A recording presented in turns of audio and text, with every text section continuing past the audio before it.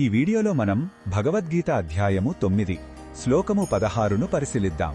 ఈ అధ్యాయంలో శ్రీకృష్ణుడు తన విశ్వవ్యాప్తమైన అత్యంత రహస్యమైన స్వరూపాన్ని అర్జునుడికి వివరిస్తున్నాడు. ప్రతి అణువులోనూ తానే ఉన్నానని స్పష్టం చేస్తున్నాడు.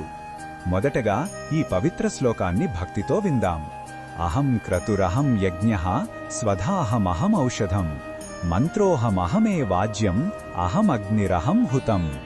ఈ శ్లోకం అర్థమేమిటంటే శ్రీకృష్ణుడు ఇలా అంటున్నాడు, వేదాలలో చెప్పబడిన క్రతువును నేనే, స్మృతులలో చెప్పబడిన యజ్ఞాన్ని కూడా నేనే, పితృదేవతలకు మనం సమర్పించే నైవేద్యం అంటే స్వధను కూడా నేనే, సమస్త రోగాలను నయం చేసే ఔషధం నేనే, యజ్ఞంలో పఠించే పవిత్ర మంత్రం నేనే, యజ్ఞంలో హోమద్రవ్యంగా వాడే నెయ్యిని నేనే, ఆ ఆహుతులను స్వీకరించే అగ్నిని నేనే, మరియు అగ్నిలో సమర్పించే ఆహుతిని కూడా నేనే.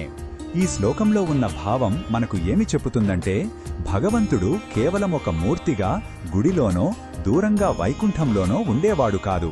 ఆయన సర్వాంతర్యామి. మనం చేసే ప్రతి పవిత్ర కార్యంలో ఆ కార్యానికి సంబంధించిన ప్రతి అంశంలోనూ ఆయనే ఉన్నాడు. యజ్ఞం చేసేవాడు, యజ్ఞం, యజ్ఞ ఫలం అన్నీ ఆయనే. ఈ భావన మనలో అన్నీ బ్రహ్మమే అనే గొప్ప జ్ఞానాన్ని కలిగిస్తుంది. ఈ బోధనను మన దైనందిన జీవితంలో ఎలా ఉపయోగించుకోవచ్చు అంటే, మనం చేసే ప్రతి పనిని ఒక యజ్ఞంలా భావించాలి. మన వృత్తి లేదా కర్తవ్యమే యజ్ఞవేదిక. మన శ్రమ, నైపుణ్యం అనేవి యజ్ఞంలో సమర్పించే ఆహుతులు.